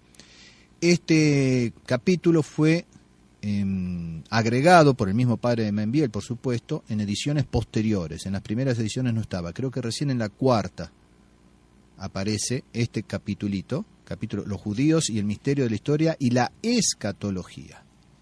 Y concretamente el acápite Los judíos en el misterio de la escatología. Y el padre Membiel dice así: Para tener una idea cabal del pueblo judío y de su enorme significación en el plan de redención y santificación del mundo, hay que tener presente también su papel en la metahistoria o escatología, es decir, en aquellos acontecimientos postreros que ya fuera de la historia están como gravitando sobre toda ella y atrayéndola hacia sí. Estos acontecimientos comienzan A. Con la plenitud de las naciones que han de ser evangelizadas aún como naciones en sus estructuras culturales que les hacen tales naciones determinadas. Procesos que se ha de ir verificando a través de toda la historia en gran parte y como efecto principal de la dialéctica entre judíos y gentiles, entre sinagoga e iglesia. El momento preciso de la historia que vivimos está caracterizado por la culminación de la lucha de la sinagoga contra la iglesia para impedir que el mensaje cristiano llegue a la plenitud de los pueblos. La iglesia está a punto de hacer penetrar este mensaje en los pueblos, pero la sinagoga, con el liberalismo y el comunismo, rechaza fuertemente este mensaje. Sin embargo, la iglesia, sobre todo en su foco frontal, la cátedra romana, se está revistiendo de una vitalidad excepcional que bajo la fortaleza del Espíritu Santo la hace capaz de deshacer el cúmulo de errores que en los últimos 4 siglos ha acumulado la sinagoga en el mundo. Este parece ser el significado de los mensajes marianos al mundo actual anunciando la paz, bajo la cual estaría significada la plenitud de los pueblos en el seno de la iglesia. Bueno, si alguno sabe, conoce de música, que le ponga música al verso este. Se equivocó de punto a paga. Fíjense, o sea, justamente yo estoy planteando las dos posiciones y tengo que ser en esto honesto. Entonces, leímos al padre Castellani y leamos al padre Membiel. La cátedra romana se está revistiendo de una vitalidad excepcional que bajo la fortaleza del Espíritu Santo la hace capaz de deshacer. Por favor. No vio. No lo vio. No vio. Pero, más claro todavía, y acá ahora en los dos sentidos, en el otro libro, Los 3 pueblos bíblicos en su lucha por la dominación del mundo, yo estoy utilizando la edición última, que es del año 83, en la cual fue incluido un capítulo que el mismo padre Membiel había previsto en una reedición posible en el año 73. Vamos a leer primero tal como estaba en el año 37. Año 37. Y dejo el capitulito del año 73 para el final, para hacer ver cómo el padre Membiel cambia de óptica. Es decir, la realidad le hace cambiar de óptica. Aunque no de una manera tan clara y categórica como el padre Castellani. Nunca la vio tan clara como el padre Castellani. Entonces él decía, allá por el año 37... Santo Tomás, comentando este pasaje, dice: hasta que entre en la fe la plenitud de las naciones. Esto es, no sólo algunos particularmente de los pueblos gentiles, como entonces se convertían, sino cuando en su totalidad o en su mayor parte fuese fundada la iglesia entre todos los pueblos gentiles. Del Señor es la tierra y cuanto ella contiene. Como es fácil verificar, no estamos todavía en esta plenitud de las naciones. Pero si esta lucha actual de los pueblos bíblicos no puede ser la final, tampoco puede andar muy lejos de la final.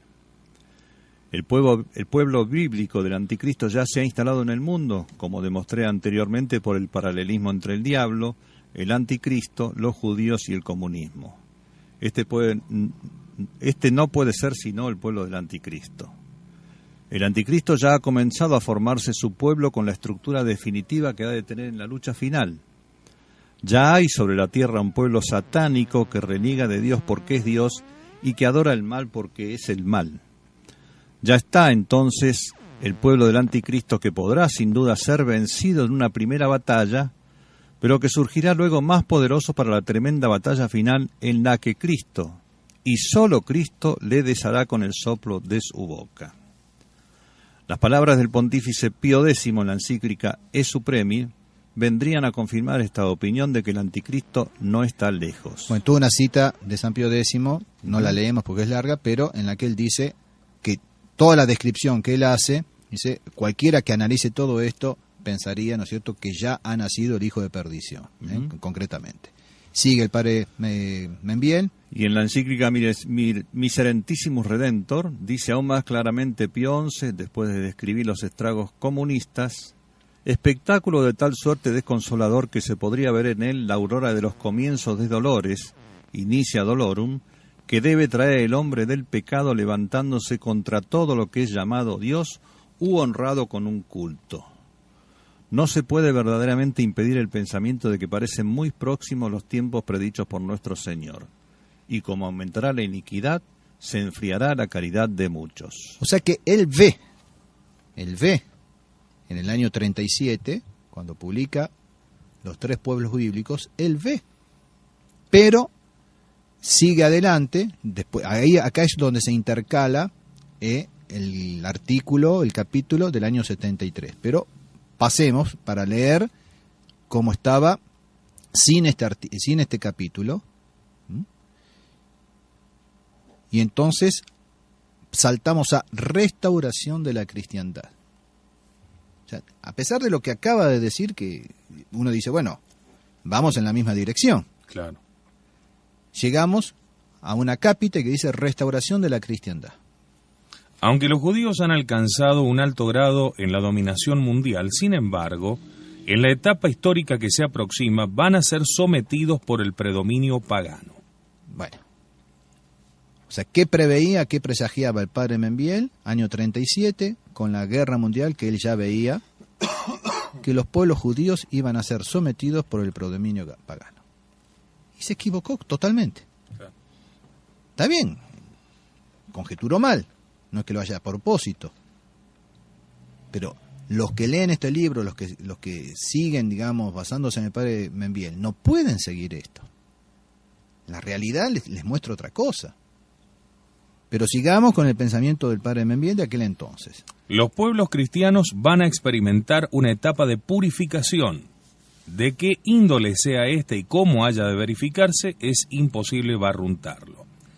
Lo que se puede prever, fundados en la analogía del proceso histórico, es que la alternativa que juega en la historia cristiana va a continuar jugando en los días que se aproximan.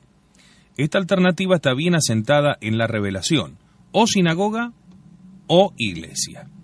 No hay conciliación entre uno y otro término hasta que los judíos se conviertan. Solo en Cristo no hay judíos y paganos, como dice el apóstol. En Cristo no hay distinción entre judío y gentil, Romanos 10:12. Pero fuera de Cristo sí hay distinción, y una distinción radical, impuesta por los mismos judíos. En efecto, cuando el caso del ciego de nacimiento, San Juan 9, sus padres no se atrevían a atribuir el milagro de la curación a Cristo, porque, como dice el Evangelio, temían a los judíos, pues ya éstos habían convenido en que si alguno le confesaba Mesías, fuese expulsado de la sinagoga. Entonces él va caracterizando todo eso y muestra bien como un sub y baja. Si suben los judíos, baja la iglesia. Si sube la iglesia, bajan los judíos. Y entonces, como él prevé que los judíos van a ser aplastados por los paganos, indica, profetiza, prevé, conjetura, un triunfo de la iglesia, una restauración de la cristiandad. Sigue comentando, ¿no es cierto?, todo lo que pasó con los judíos. Dice, pero esto, la ascensión del paganismo en la vida de los pueblos, que va a poner coto a la soberbia judía, va a ayudar a la iglesia. La iglesia va a experimentar de otra manera y en ritmo más rápido la experiencia que conoció en el mundo romano en los primeros siglos de su historia. Y va a ser purificada. Y luego, poco a poco, pero eficazmente, convertirá a estos nuevos bárbaros y los incorporará al nuevo esplendor cristiano que se prepara. Entonces imaginen ustedes los que leían al padre Membiel en el año 37, los que asistían a sus conferencias. Contentísimo estaba. Imagínense cómo estaban preparando los trapos, como dicen los que van a la cancha, ¿no? Las banderas. no es fácil presagiar cuál podrá ser el camino que seguirán los pueblos apóstatas de Europa para retornar al seno de la Iglesia. Si el poderío germánico, que sufrirá un delirio de necia exaltación, será simplemente subsumido en la cristiandad por las fuerzas católicas de su propio seno, o si un príncipe cristiano libertador de Francia, de España o de Italia, que Dios puede suscitar cuando le plazca, doblará la cerviz del temible y frágil coloso, quizás las naciones vayan retornando a la Iglesia en orden inverso al de su apostasía. O sea que la primera que se apartó sea la última en retornar y la última sea la primera. Y en este orden España sería la primera en retornar. Sí, con Juan Carlos, con Felipillo, con Zapatero, con Aznar.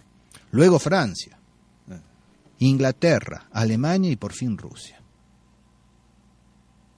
Bueno, basta, ¿eh? Después más adelante, porque es largo todo esto, por eso tienen todos los textos, más adelante, respuesta a dos posibles objeciones contra esta hipótesis. O sea, el padre ve y plantea las dos objeciones y él pretende, digamos, responder o refutarlas. Dejo para la lectura de ustedes y entonces volvamos al año 73, donde está el capitulito este intercalado, que es muy importante resaltar. Yo puse ahí capítulo escrito en 1973. O sea, los que están escuchando, lamentablemente los que no escuchen y lean, tendrán que darse cuenta de que esto está intercalado. Yo no puedo hacer otra cosa. Tal vez convendría chupar todo esto y ponerlo al final, no sé. Pero bueno, concretamente en el año 73, en este preciso momento, antes de hablar de la restauración de la cristiandad, pues yo digo, alguien lo intercaló, no lo intercaló el padre Membiel, porque él lo escribió, pero no lo intercaló él porque murió. Y esto vio la luz en el año 83 recién, este capítulo. Escrito en el 73 para la edición que el padre preveía para el año 73. Pero él muere y no lo puede llevar a cabo él. ¿Dónde lo hubiese intercalado? ¿Cómo? No sabemos. Pero esto no es obra concreta del padre Membiel. Entonces podría tranquilamente dejarse la obra tal como está y al final decir, bueno, vean lo que escribió en el año 73. Yo por ahora lo dejé tal como lo encuentro en la edición última, del año 83. El título de ese capítulo, La sinarquía, el gobierno mundial, los judíos. Hacia alrededor del año 30, la configuración del mundo con respecto a estos tres pueblos fundamentales era la siguiente. Los pueblos paganos se habían concentrado en torno de la Alemania de Hitler, el pueblo judío que dominaba el área civilizada de la tierra se había concentrado en los Estados Unidos y los pueblos cristianos habían desaparecido como poder político de la escena mundial. La guerra europea del 14-18, al derrotar a la Alemania del Kaiser, había radiado también del mapa de Europa a los Habsburgos, últimos restos del Imperio Romano Germánico. El Austria de Dollfuss y el Portugal de Oliveira Salazar apenas pueden considerarse un intento de embrión de un nuevo Estado cristiano. Mejores esperanzas prometía la cruzada anticomunista de la España del 36, donde requetés y falangistas, oponiéndose con la bravura de leones al avance judeo-comunista, detuvieron por entonces este peligro en la Europa occidental. Pero allí, el pueblo judío aprendió tan solo una lección. La raza hispánica es imbatible de frente, pero solo de frente. Puede ser traicionada si se acierta en proporcionarle un tratamiento debidamente dosificado de cristianismo y mundo moderno. Vean que esto no podría haberlo escrito el padre Membiel en el año 37. Estamos en el 73. Ya 10 años de Concilio Vaticano II. Ya va a aparecer enseguidita otra palabreja. Entonces, España puede ser traicionada si se acierta en proporcionarle un tratamiento debidamente dosificado de cristianismo y mundo moderno, con el que, bajo la apariencia de apostolado, se le inoculen los virus de la antirreligión y de la antipatria. Dice el padre Membiel, tal iba a ser la misión del Opus Dei en la España franquista. La heroica España del 36... Esa era la palabreja, Claro. No sé si no lo entendieron. La heroica España del 36 ha sido totalmente emputecida y envilecida. Y hoy en la década del 70 ha quedado totalmente ganada para el mundo judío. Al menos por ahora y al parecer, en cierto modo de manera definitiva. Evidentemente que esto refuta totalmente lo anterior. Lo Ya no anterior existe la restauración. y las dos objeciones que él plantea con su supuesta refutación. Por eso digo, quien lee así, entonces después de leer esto, vuelve la restauración, vuelve... No, para mí está mal intercalado este capítulo. ¿Dónde lo habría puesto el padre? Si habría él mismo suprimido parte de lo anterior, o al menos puesto notas explicativas al pie de página. No sé, no lo hizo él. Claro. Entonces... Al menos por ahora y al parecer, en cierto modo de manera definitiva, los pueblos cristianos como poder de fuerza política han sido erradicados de la tierra. Todo ello coincide con el eclipse de la cristiandad. Bueno, ahora un poco se entiende más. Ahora se entiende un poco más todo esto. Esto ya es otro lenguaje. Y vamos a ver el colofón. Decía antes, al hablar del anticristo, que la manifestación de este personaje misterioso está detenida mientras haya en la tierra un poder que se le oponga, y que este poder es el imperio romano, que de temporal se había trocado en espiritual. Ahora bien, si la cristiandad ha desaparecido de la tierra, y todo parece así indicarlo, ¿quiere ello decir que entramos en el reinado del anticristo y en su preparación próxima, en la cual no tendrán actuación relevante sino los pueblos paganos y el pueblo judío? Ahora es más claro. Entonces, esto es lo póstumo. Y en plena euforia del concilio, 73, está hablando de la cristiandad, ha desaparecido de la tierra. Y después de haber escrito él lo que escribió sobre la libertad religiosa. Claro. Y lo que escribió sobre la Ecclesia Ansuam, con todos los bemoles que le ponía a las cosas de Pablo VI. Tratando de salvarlo a como fuera. Tal la significación del momento histórico de la década del 30 y del 40 del presente siglo. En estas dos décadas se cumplen hechos de significación universal, el cristianismo queda eliminado como poder político y se cumple la gran batalla entre las potencias paganas y el pueblo judío. ¿Qué quedó de aquel sub y baja entre sinagoga e iglesia? Nada. No, quedó el sub y baja inclinado y no se movió más. Como resultado de la misma, las potencias paganas son completamente derrotadas y el triunfo judío se establece victorioso sobre el haz de la tierra. Los judíos aprovechan este triunfo para instalarse en Tierra Santa, de la que habían sido desalojados por los ejércitos romanos de Tito y Vespasiano en el año 70 de nuestra era, y allí forjan el Estado judío, de acuerdo a lo proyectado por Teodoro Herz en el Congreso de Basilea y en consonancia con viejos sueños milenarios. El sionismo, o el Estado judío, debe ser vinculado con los protocolos de los sabios de Sion, en que los judíos, en el mismo Congreso de Basilea, elaboran los programas de dominación mundial que ha de coincidir con el reinado del anticristo. Mientras los judíos levantan el Estado judío de Israel con Jerusalén como ciudad madre, no descuidan los programas de la diáspora y tan no los descuidan que les prestan especial atención. Es muy posible y casi seguro que por encima del sionismo que se concentra en Israel y de la diáspora, cuyo centro mismo lo puede ser Nueva York, Londres o Basilea, se halla un poder más alto que dirija las maniobras encontradas de una y otra fuerza judía. Porque también es cierto que entre los intereses del sionismo y los de la diáspora existe una tensión o rivalidad que los lleva a enfrentamientos relativos. Relativos, digo, porque si por encima de cada uno de ellos hay un poder judío más alto que dirige y complementa la acción de cada bando, es posible dirigir todas las acciones de cada una de las fracciones hacia una armonía que asegura en definitiva la dominación judía sobre todos los pueblos, teniendo en Tierra Santa la capital del universo. Es decir, que se obtenga una conjugación de las aspiraciones del sionismo con las de los judíos de la diáspora. Los judíos infiltrados en todos los pueblos y dueños de la cultura, de la economía y de la política de todas las naciones han de trabajar en hacer más férrea su dominación por una parte y por otra en aprovecharse de las riquezas que estos pueblos producen para el acrecentamiento del Estado de Israel. Por ello los judíos, al entregar su esfuerzo al Estado de Israel, no han abandonado sus lazos e intereses con los pueblos de la diáspora, sino que los han acrecentado.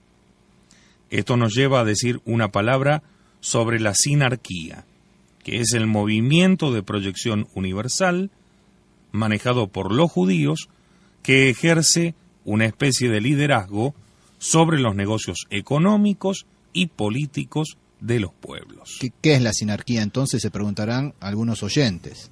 Sinarquía de la palabra griega sim, que significa con, y arqué, principio, iniciación, significa cogobierno o gobierno equilibrado, porque en él se realiza un cierto equilibrio de los poderes y tendencias del mundo. Es el programa para el gobierno mundial ideado por el famoso ocultista Saint-Yves d'Alveidre a fin del siglo pasado y descubierto por la policía francesa en los archivos de las altas logias en casa de renombrados masones como por ejemplo de Gaston Martin, autor de una historia de la francmasonería francesa.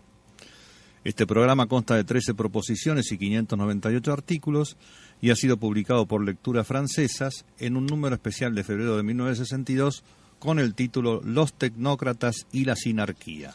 Bueno, hasta ahí llegamos, porque es claro, ¿no es cierto? El resto es muy interesante, pero bueno, salimos un poco yo lo puse todo, pero salimos un poco del tema. Queda claro que en el año 70, 71, 72, 73, el padre Membiel veía la cosa desde otro punto de vista que lo había visto o analizado en el 37. Entonces, la cristiandad se terminó. Y la hegemonía queda en una lucha entre paganos y judíos.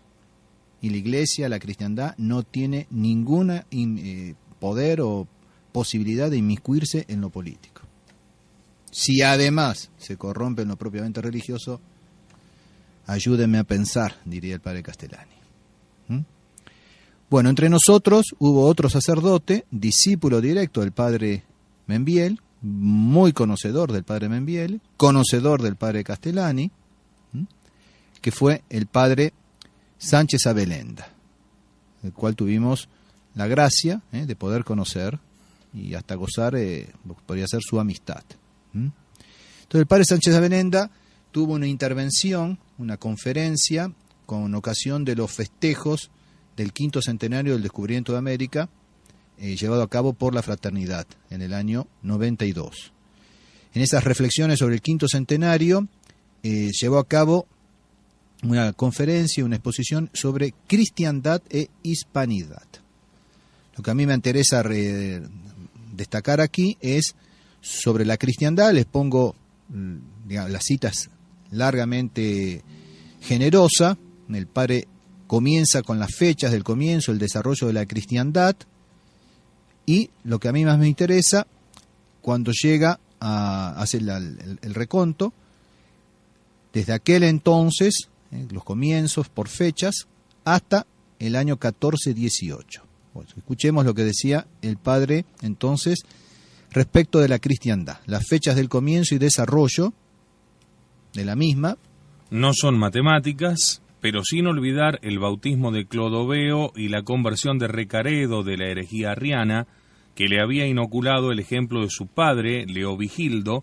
Es indudable que la coronación de Carlomagno en la Navidad del año 800 por el Papa León III como emperador de Occidente, casi 5 centurias después de la extinción occidental del Imperio de Roma, señala un mojón singularísimo en la historia de la cristiandad, que tuvo en números redondos casi 1 milenio de existencia, si es que la prolongamos hasta la caída y extinción del Imperio Austrohúngaro, una de las consecuencias de la guerra del 14 al 18.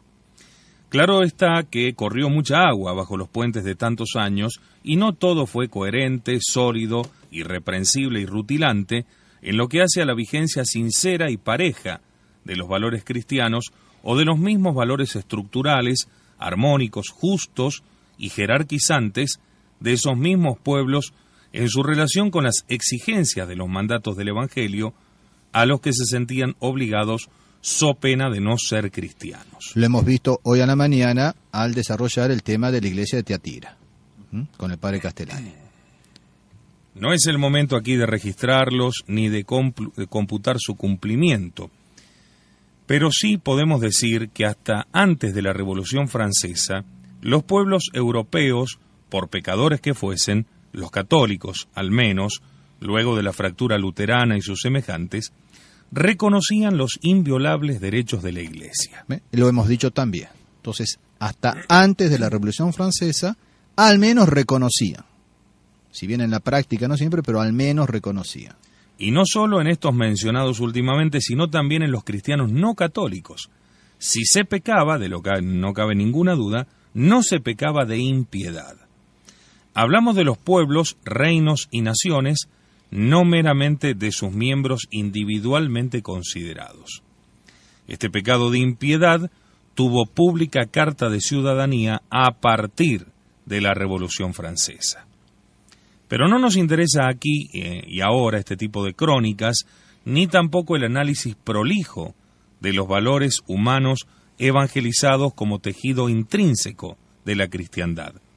Tabla de valores, desde la cima hasta la base, conculcados y negados hasta pulverizar a la cristiandad y a sus miembros, sus pueblos integrantes, con deterioro casi letal de sus individuos.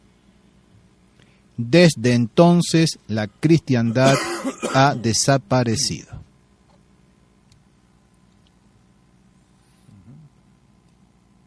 Contundente. Desde entonces la cristiandad ha desaparecido. Coincide perfectamente con lo escrito por el padre Membiel para el año 73. Desdiciéndose, por así decir, de lo dicho en el año 37. Entonces, desde entonces la cristiandad ha desaparecido. Padre Sánchez Abelenda, año 92. Concretamente, octubre del año 92. Por eso nos atrevemos a decir que las dos últimas proezas de la cristiandad utitalis, es decir, en cuanto tales, han sido el descubrimiento de América por la ulterior evangelización inmediata que conllevó, motivo expreso de Isabel de Castilla y la corona española, y la batalla de Lepanto en 1571 bajo Felipe II. Últimas dos proezas de la cristiandad como tal. Empresas ambas de la cristiandad, pero con indiscutible principalía hispana. Podría añadirse la guerra de Carlos VI, también habla después de los cristeros, habla de los vandianos y habla de la guerra civil española de los años 30. No obstante, se destacan ingentes y con éxito asaz perdurable las proezas americana y lepantina. Recordamos aquí que ahora ni siquiera tiene vigencia el Pacto de Letrán, firmado el 6 de febrero de 1929 por Pío XI y Benito Mussolini. El que rige es el firmado por Juan Pablo II con, no me acuerdo ahora, el ministro italiano. Sí, hoy desapareció la cristiandad. Palabras del padre Sánchez Abelenda. Por si no se entendió, desde entonces la cristiandad ha desaparecido, hace ese paréntesis para el descubrimiento de América y Lepanto, eventualmente los vandianos, los cristeros, los requeté. Sí, hoy ha desaparecido la cristiandad. Sigue el padre Sánchez Abelenda con toda, yo pongo la cita completa hasta terminar ese acápite, pero pasamos ya a otro autor, en este caso Hilaire Belloc. También tenemos dos libros de Hilaire Belloc. Primero, La crisis de nuestra civilización. Acá hay que reflexionar. Es decir, hay que meditar, hay que sacar conclusiones sobre premisas que él establece, porque las conclusiones no las saca él, pero nos proporciona el material para reflexionar. Entonces, en la crisis de nuestra civilización, el capítulo 5, la restauración, Hilaire-Belloc decía: hemos visto cómo la cristiandad, si es que así puede llamarse, siguiendo el largo encadenamiento de causa a efecto, ha llegado a una crisis en la cual puede sucumbir. Esto es, que la civilización que asociamos a todo nuestro pasado y gracias a la cual vivimos, puede desmoronarse bajo la acción del falso remedio del comunismo. Este falso remedio por el momento es el más evidente. Es el remedio que seduce de inmediato, no solo a aquellos que sufren las injusticias y la presión intolerable del capitalismo, sino también a los espíritus generosos en los cuales la injusticia infligida a otros es un motivo suficiente para llevarlos a la acción. Evidentemente el comunismo seduce también, como remedio, al revolucionario internacional que primero lo concibió y que ahora lo dirige.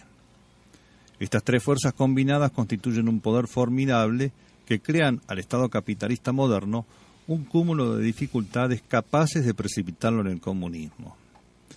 Esta solución tiene tras de sí el entusiasmo honesto de aquellos que protestan contra la injusticia y recibe de esa fuente el ingrediente moral todopoderoso esencial para el éxito de cualquier movimiento.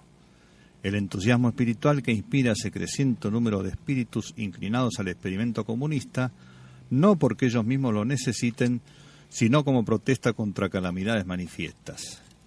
Esos espíritus están inspirados por el deseo de enderezar un entuerto, y una fuerza de esa naturaleza, aunque adopte una política equivocada, resulta creadora.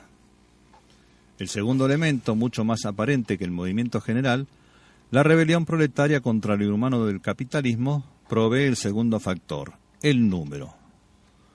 Por todos los lugares donde se ha extendido la sociedad moderna industrial, por todas partes donde existe una amplia organización de transportes y amplia organización para la producción mecánica de una importante organización financiera, observamos que la abrumadora mayoría está determinada a recurrir a los remedios drásticos para enmendar las condiciones bajo las cuales viven.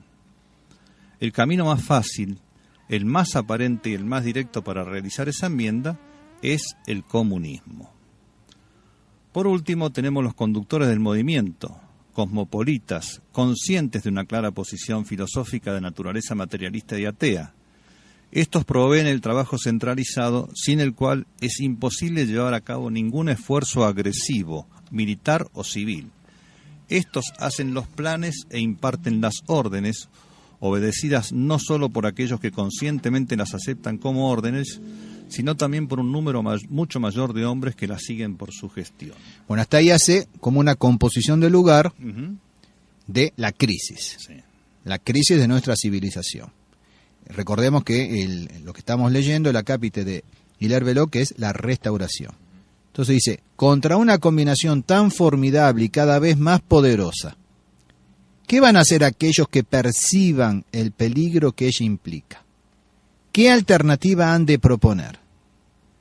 Evidentemente resultará imposible arribar a algo concreto sin hacer el plan o el esquema de nuevas instituciones. Decirle al enfermo que tenga paciencia no implica curar su enfermedad. Continuar permaneciendo en los marcos de la antigua estructura social, que se ha desmoronado en su moral y en su aplicación, es invitar al desastre. ¿Cómo han de ser las nuevas instituciones, las nuevas concepciones que han de crear y guiar esas instituciones? ¿Quién será el reformador consciente de que el comunismo significa la muerte, que proponga un remedio eficaz para curar la enfermedad del mundo moderno? Y entonces dice, estas instituciones caen bajo tres grupos principales, y esos tres están relacionados en su raíz a una filosofía católica cuya reforma salvadora deben adoptar, o en su defecto, los remedios que proponen fallarán. Y acá es donde yo digo que hay que reflexionar. Está muy bien, planteaste bien el problema, la enfermedad, el remedio es este. Ahora bien, aquello que debería ser remedio, hoy por hoy, es vehiculante también de enfermedad, luego no habrá restauración. Claro. Vamos a seguir leyendo. Repetimos. Estas instituciones caen bajo 3 grupos principales. Y esos 3 están relacionados en su raíz a una filosofía católica cuya reforma salvadora deben adoptar, o en su defecto los remedios que proponen fallarán. Sigue diciendo Hilaire Belloc, los 3 grupos principales de la reforma son: primero, una distribución mejor de la propiedad; segundo, el control público de los monopolios; tercero, el restablecimiento de aquellas organizaciones y principios que sustentan el concepto de la corporación. Si logramos que esas 3 cosas trabajen activamente, la propiedad bien distribuida, un gobierno fuerte controlando el despotismo del monopolio y el trabajo cooperativo bajo la forma de una corporación, habremos obtenido el fin que perseguimos. Sobre esos 3 fundamentos podemos erigir un nuevo sistema fuerte y permanente, porque será justo y porque estará en consonancia con la naturaleza del hombre. Habremos construido un estado en el cual los hombres pueden vivir dentro de aquel estado de felicidad que puede esperarse de la naturaleza humana después del pecado original y de las condiciones temporales dentro de las cuales está obligada a vivir. No habremos logrado el paraíso, pues no es posible entrar de nuevo al paraíso en este mundo. No habremos terminado con los principales males morales de la humanidad, pues estos no provienen de condiciones materiales o de disposiciones políticas, sino de la corrupción del corazón. Lo que habremos hecho, sin embargo, habrá sido descartar ese sentimiento insoportable de injusticia social, esas protestas que amenazan llevarnos a un naufragio. Y entonces dice, llegados a este punto, la mayoría de los hombres se detendrán diciendo, bueno, si esos 3 grupos de remedios combinados resultan suficientes, procederemos a aplicarlos. Establezcamos las reglas y, más aún, elaboremos los detalles de las instituciones que se necesitan, así como el de leyes protectoras. Establezcamos igualmente el plan de la propiedad bien dividida, el control del monopolio y la corporación. Habiendo hecho eso, nuestro trabajo y nuestro cometido habrán terminado. Y Belloc respondía: Tal conclusión implica un error, y un error que de persistir sería fatal, porque las instituciones no surgen de sí mismas ni pueden ser protegidas por simples regulaciones verbales. Las instituciones surgen de cierto espíritu que anima a la sociedad, un espíritu del cual ésta es el producto. Las instituciones son mantenidas por la aceptación de los hombres animados de este espíritu. En nuestra época mejor, cuando existía una buena división de la propiedad, control del monopolio y una corporación floreciente, toda la armazón de esa sociedad descansaba sobre una filosofía mantenida vigorosamente bajo la forma de una religión. Era la filosofía, la religión de la Iglesia Católica. Y bueno, ahora tenemos que seguir pensando. Entonces, si entendemos bien, para que se pueda aplicar el remedio, la Iglesia, la teología, la filosofía católica, tiene que estar bien. Ahora, si la teología, la filosofía y los mismos jerarcas de la Iglesia van en el sentido opuesto, no puede haber restauración posible. De ninguna manera. Por lo tanto, decía él, resulta una verdad que solo nos será posible recobrar una sociedad moral, asegurar la pequeña propiedad, el control del monopolio y la corporación, si recuperamos igualmente el espíritu del catolicismo. En otras palabras, no encontraremos el remedio para el mundo hasta no haber convertido el mundo. Y ahora bien, es la Iglesia la que se convierte al mundo, a partir del Concilio Vaticano II. Luego, lo que proponía Hilaire Belloc no es realizable. No, al contrario, se da exactamente lo opuesto. Se profundiza el antagonismo con el cristianismo. Se profundiza la separación de la verdadera moral, de la verdadera política, de todos los órdenes del mundo. Eso en cuanto a la crisis de nuestra civilización. En el otro libro, Las grandes herejías, Hilaire Belloc analiza en capítulos sucesivos la herejía arriana, la grande y duradera herejía de Mahoma, el ataque albigense, qué fue la reforma, y después entra en la fase moderna. Ahí es bastante amplio la cita que le dedico a esta cuestión de la fase moderna. Solamente quiero destacar, en Hilaire Belloc dice, el ataque moderno contra la fe, el más reciente y formidable de todos, ha avanzado tan lejos que podemos afirmar ya con bastante claridad un punto muy importante. De dos cosas, una debe ocurrir. Es o. Uno de los resultados tiene que definirse en el mundo moderno. O la Iglesia Católica, que ahora se está transformando rápidamente en el único lugar en que las tradiciones de la civilización son comprendidas y defendidas, será reducida por sus enemigos modernos a la impotencia política, a la insignificancia numérica y, en cuanto abarca la apreciación pública, al silencio, o la Iglesia Católica reaccionará, en este caso como en el pasado, más fuertemente contra sus enemigos que lo que sus enemigos han sido capaces de reaccionar contra ella. Y entonces recobrará y extenderá su autoridad y surgirá una vez más a la cabeza de la civilización que hizo y recobrará y restaurará así el mundo. Entonces, o. Exacto. Entonces, la lógica nos dice, suprimo uno, me queda el otro. Ahora bien, entonces, nosotros tenemos que usar la cabeza. Desde aquel entonces que escribió esto Belloc a la época y justamente mediando el Concilio Vaticano II y el posconcilio hasta la época, e incluso con más gravedad a partir de los años 98, 99, 2000, aquel punto de resistencia contra la Iglesia conciliar, también aguándose, como lo vemos y como lo dice claramente el padre Méramo, entonces la Iglesia Católica no puede reaccionar. Claro. Por lo tanto, la Iglesia Católica será reducida por sus enemigos modernos a la impotencia política, a la insignificancia numérica y, en cuanto abarca la apreciación pública, al silencio. Es decir, a la resistencia y no a la restauración, a la arremetida. Estamos hablando de la verdadera Iglesia Católica. Sí, la única, no hay otra. En una palabra, decía Belloc, o nosotros, los de la fe católica, seremos una pequeña isla despreciada en la humanidad, o seremos capaces de lanzar al final de la lucha el viejo grito de guerra, Christus imperat. La conclusión humana en tales conflictos, que uno u otro de los combatientes será vencido y desaparecerá, no puede aceptarse. La Iglesia no desaparecerá, porque la Iglesia no es mortal. Es la única institución entre los hombres no sujeta a la ley universal de la mortalidad. Decimos, por lo tanto, no que la Iglesia podrá ser suprimida, sino que puede ser reducida a un pequeño grupo casi olvidando entre el vasto número de sus adversarios y sometida al desprecio de estos por la institución vencida. Tampoco es la alternativa aceptable, porque aunque es cierto que este gran movimiento moderno puede ser rechazado y hasta puede perder sus características y morir como el protestantismo ha muerto ante nuestros propios ojos, esto no será, sin embargo, el final del conflicto.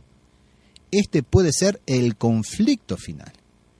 Pueden surgir una decena más o hasta un centenar, pero siempre habrá ataques contra la Iglesia Católica. Y nunca la disputa de los hombres conocerá la unidad completa, la paz ni la alta nobleza por la completa victoria de la fe. Porque si así fuera, el mundo no sería el mundo, ni Jesucristo estaría en oposición con el mundo. Pero aunque no en su integridad, en su parte principal por lo menos, tiene que producirse una de estas dos cosas, la victoria católica o la anticristiana. El ataque moderno es tan universal y opera con tal rapidez que los hombres que ahora son muy jóvenes vivirán seguramente bastante para ver algo así como una decisión de esta gran batalla. Han visto los prolegómenos, los que él mencionaba, ¿no? De la gran batalla final. Bueno, y después sigue desarrollando esa tesis, digamos, es bastante largo, se los dejo para que lean, que se formen, tienen que leer todo esto, sobre todo los jóvenes, tienen que leer. La crisis de nuestra civilización, de Hilaire Belloc, las grandes herejías, sobre todo esta culminación, bueno, va a estar todo en el blog para la lectura, para la meditación. Es bastante extensa la cita, pero bueno, yo les decía al principio, me he sacado el gusto de resumir todo esto, aunque sea lo hago para mí, y poder tenerlo todo reunido, todo a mano, para mí mismo, para aquellos que quieran servirse de ello, ¿no es cierto? Casi al final cita a Benson en El Señor del Mundo y en otra de sus obras, etcétera. Es bastante largo la cita esta de Hilaire Belloc. Y bueno, para terminar hoy, si quiere, como es muy cortito, después de hemos visto al padre Castellani, el padre Membiel, hemos visto Hilaire Belloc, el padre Sánchez Abelenda, Hilaire Belloc. Bueno, yo propondría para terminar hoy, y lo retomamos mañana, ¿qué dice Monseñor Felé? ¿Qué dice Monseñor Felé? Cor Unum número 68, febrero de 2001. Un segundo principio se sigue de la consideración de la indefectibilidad de la Iglesia, y por lo tanto un a priori favorable, no a toda la discusión, sino a la posibilidad de una gracia inesperada, de la cual es necesario verificar la autenticidad antes de seguir adelante. Él hablaba evidentemente en el contexto de las conversaciones, negociaciones con Roma. En ese contexto, un segundo principio se sigue de la consideración de la indefectibilidad de la Iglesia, que nadie niega. La indefectibilidad no. Pero, entonces, y por lo tanto, un a priori favorable, no a toda la discusión, sino a la posibilidad de una gracia inesperada. Entonces, porque la Iglesia es indefectible, cabe la posibilidad de una gracia inesperada de la cual es necesario verificar la autenticidad antes de seguir adelante. Eso no es una conclusión que se sigue de la premisa. No, pero aparte, verificó, plenamente se ha verificado lo contrario y sigue adelante. Claro. Entonces, que no me venga a interponer la indefectibilidad de la Iglesia. Eso lo decía en el 2001, en febrero. Ahora, eso es un reportaje que le hace la revista Fideliter en marzo, abril del 2001. Yo muchas veces me han escuchado ustedes decir que cuando Monseñor Felé tiene una idea fija en la cabeza, la cual va cambiando, su idea, él va cambiando de idea, pero siempre es una idea fija, la lanza, la larga, en cuanto ocasión se le presenta. Entonces, le escribe a todos sus sacerdotes en el Cor Unum en febrero del 2001. Entrevista marzo-abril del 2001 en Fideliter. Y lo mismo habrá hecho en sermones, conferencias que pudo haber dado entre, digamos, enero y mayo del 2001. Entonces decía en marzo-abril. Creo que al lado de la desconfianza, normal dadas las circunstancias, también debemos ser lo suficientemente realistas como para saber apreciar las cosas justamente, precisamente en su objetiva verdad. Estamos seguros, es la fe quien nos lo dice, que una crisis en la Iglesia no puede durar indefinidamente. Eso es verdad, pero ¿cómo termina? No, pero estamos seguros, es la fe quien nos lo dice, que una crisis en la Iglesia no puede durar indefinidamente. Esto es como si un médico nos dijese, estoy seguro, la medicina me lo asegura, que una enfermedad no puede durar indefinidamente. Perfecto. Tampoco la última. Claro, pero ¿en qué termina? En la tumba. Claro. Entonces, acá el problema no está en que la fe nos asegure que una crisis en la Iglesia no puede durar indefinidamente, sino en qué crisis estamos. Y él sistemáticamente elude el problema. Y engaña a los fieles con que la fe nos asegura que una crisis en la Iglesia no puede durar indefinidamente. Bueno, porque él se siente protagonista de el que va a hacer cesar esa crisis. El que va a conseguir. Yo no que entro, la Iglesia ni una cese. vez más, no entro en eso yo. No me importa eso. No sé si él se cree, no se cree, si está convencido, si recibió una revelación especial de las voces del cielo como Santa Juana de Arco. Problema de él ese.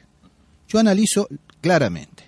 Él está engañando a la gente. Estamos seguros, es la fe quien nos lo dice, que una crisis en la Iglesia no puede durar indefinidamente.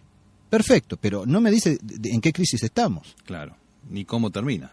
Porque además, si esta crisis no es la última, entonces, si hay una más, aunque más no fuese una más, por definición tiene que ser peor que esta. Claro. Porque la última ni hubo ni habrá una semejante. Y también terminará esa con la segunda venida de nuestro Señor para poner orden por Él y en Él. Restaurar todas las cosas en Cristo y por Cristo. También tendrá fin la última crisis. Pero Él no me dice en qué crisis estamos. Entonces nos asegura de que no estamos, así sin decirlo, no estamos en la última. Eso es lo que Él quiere vehiculizar. Sí. Efectivamente. Por las dudas, ahora saltamos a octubre del 2004, una vez más en el Corunum, a sus sacerdotes les escribía: Estamos bien convencidos de que un día Roma volverá. Pero mientras esto no suceda, sobre todo no precipitemos las cosas. Pero lo importante, estamos bien convencidos de que un día Roma volverá. Después, antes de haber perdido la fe y de ser la sede del anticristo. Claro. ¿Cuándo volverá y cómo volverá? Un poquito después, un año después, fíjense que pasamos de octubre del 2004, todavía bajo Juan Pablo II, pasamos ya al 5 de noviembre del 2005. Esto además fue retomado por el Boletín Oficial de Francia. Esta entrevista que le hiciera el diario Présent, el 5 de noviembre del 2005, le preguntan a Monseñor: usted da la impresión de ser, en general, optimista. ¿Qué es lo que, aparte de su natural, tal vez le dé ese optimismo? La fe, contesta Monseñor Fele. La fe me da certezas. Habiendo prometido Dios la asistencia a la Iglesia, no la abandonará. Veo la Iglesia en la pena, veo la Iglesia que sufre y sé por la fe que este estado no durará, que esta crisis que hace mal a las almas será superada. Habrá otras, porque sé también... Habrá otras. Entonces no es la última. No es la última. Falta más de una, porque dice habrá otras. Habrá otras. Uh-huh. Entonces tenemos que estar preparados para esas. No, pero el problema es que sea la que sea, o sea, salimos de esta enfermedad, caemos en otra, no se preocupe, saldremos de esta, habrá otras. Caemos en una tercera, no se preocupe, saldremos de esta, habrá. Y así, y cuando sea la última, va a seguir, no se preocupe, saldremos de esta. Claro. Pero nunca va a ser por Cristo y en Cristo. Ajá. Siempre van a seguir pateando la pelota al touch como hacen en el rugby, para ganar terreno y tiempo. Habrá otras porque sé también que la Iglesia es militante, que está en medio de un mundo que no la ama y por lo tanto habrá otros sufrimientos que serán también superados. Y entonces, ¿y llegaremos algún momento a esa época en que les será dado el poder de hacerle la guerra a los santos y vencerlos? Nunca vamos a llegar a alguna que sea superada la Iglesia. Algunos meses después, sermón en Flavigny, 2 de febrero del 2006. Decíamos de ayer que es una fecha fatídica, ¿no es cierto? Sí. La del 2 de febrero. 2 de febrero del 2006. Sermón en Flavigny para la toma de sotanas. Sabemos que la Iglesia tiene las promesas de la indefectibilidad. Volvemos al 2001. Las puertas del infierno no prevalecerán contra ella. Ella superará un día esta crisis. A nosotros nos toca poner toda nuestra energía, obviamente, para trabajar en esta superación de la crisis y, por lo tanto, inevitablemente vamos a tener relaciones con Roma. Ustedes se dan cuenta cómo las relaciones con Roma dependen, para Monseñor Felé, de lo que la fe le asegura. Sí. Entonces, como la Iglesia es indefectible, la fe me asegura que saldremos de esta crisis y, por lo tanto, vamos a ir a Roma y Roma se convertirá. Roma volverá, nos había dicho en la segunda cita. Sí. ¿Ven cómo está todo hilvanado? Sí. A lo largo, estamos del 2001, ya estamos en 2006. Pero ahí sí se ve el protagonismo que él pretende, por lo menos para la fraternidad. Vamos a tener relaciones con Roma para superar esta crisis. Bueno, en la última versión... 2 de febrero del 2012, 6 años después, volvemos al famoso sermón que habíamos analizado el mes pasado e incluso ayer. Dice así: esta prueba va a terminar no sé cuándo. A veces este fin parece estar llegando. ¿Dónde? A veces parece alejarse. Yo creo que a veces parece alejarse, nada más. No se ve un fin que esté llegando. No, por eso. Por eso yo quise poner estas citas que la mayoría de ustedes no tienen acceso. Están todas en francés. Algunas son del boletín interno de la fraternidad, como el Corunum. Pero yo ya les digo, del año 2000, cuando yo leí la primera vez, en febrero del 2001, al leer un segundo principio se sigue de la consideración de la indefectibilidad de la Iglesia y por lo tanto una priori... Yo dije, no. Tuve una discusión con él en octubre del 2002. Ya había pasado todo el 2001 y prácticamente todo el 2002 a propósito de este tema. Y yo dije, acá está sentenciada mi cabeza. Claro. De hecho, 6 meses después me sacan de Argentina y ni sabía dónde meterme. Claro. Le estaba escupiendo el asado a usted, padre. Y la continuación de toda esa tragedia, en la cual todavía no llegamos al desenlace, no es más que una consecuencia de todo este pensamiento de Monseñor Felé. Sí. Yo me acuerdo, estaba predicando un retiro, ya estando en Europa, en marzo del 2005, y el organizador de los congresos de Sí, sí, no, no, cada 2 años había un congreso de Sí, sí, no, no, yo ya había participado en el 2002, me propone participar de nuevo, y le digo, ¿y sobre qué va a tratar? Bueno, todavía no tengo bien todo definido, pero más o menos es las crisis y la crisis. Ajá. Porque los fieles están desanimados y hay que demostrarles que así como la iglesia salió de todas las crisis, también saldrá de esta. Yo le dije, bueno, mire, cuando tenga todo bien estructurado, qué sé yo, invíteme. Pero en mis adientros dije, conmigo no cuente, flaco. Ahora, Estaba dispuesto yo a proponerle si él realmente... Después no me propusieron, ¿no? Se ve que le pasaron el dato de que yo no iba con esa tesis, pero si realmente me hubiesen propuesto participar en definitiva de ese congreso, yo hubiese respondido, estoy dispuesto a hacer un debate con los 4 obispos de la fraternidad, todos los superiores de distritos, todos los superiores de seminarios de la fraternidad, para tratar de hacerles comprender de que esta crisis no terminará sino con la segunda venida de nuestro Señor. Si aceptan mi participación en ese contexto, vengo, si no, no. ahora yo me pregunto una cosa, ¿no? Es cierto que la Iglesia ha pasado por muchas crisis y que esta sería la final. Las otras crisis se podía esperar una solución por las fuerzas católicas, por la política católica y demás. Hoy la solución la esperamos de nuestro Señor. ¿Qué mejor solución que esa? ¿Qué mejor? Bueno, eso en cuanto al desánimo, por supuesto. Pero, por supuesto. Pero ellos no vislumbran eso. Entonces, lo categórico de un padre Castellani, Sardes se terminó con la Revolución Francesa, de un padre Membiel en el año 73, la cristiandad desaparecido, de un padre Sánchez Abelenda, de la conclusión que hay que sacar de las premisas puestas por Hilaire Belloc. Y bueno. Entonces, mañana retomaremos con esto. Bien. Veremos, sin embargo, como sexto expositor de este tema, a un filósofo francés muy importante, Hubert Le Caron, en 2 de sus obras, son artículos más bien o ensayos, y después pasaremos ya como séptimo expositor, muy cortito, San Luis María Griñón de Montfort, y dejo para el final a Monseñor Lefebvre. Perfecto. Y ya después entraremos en la iglesia de Filadelfia. Perfecto, esto será mañana entonces en la última parte de estos especiales del mes de marzo con el Padre Seriani, y los esperamos mañana a las 10 de la mañana. Muchas gracias, Padre, por su presencia nuevamente. Al contrario, un gusto, y bueno, hoy la misa es a las 20.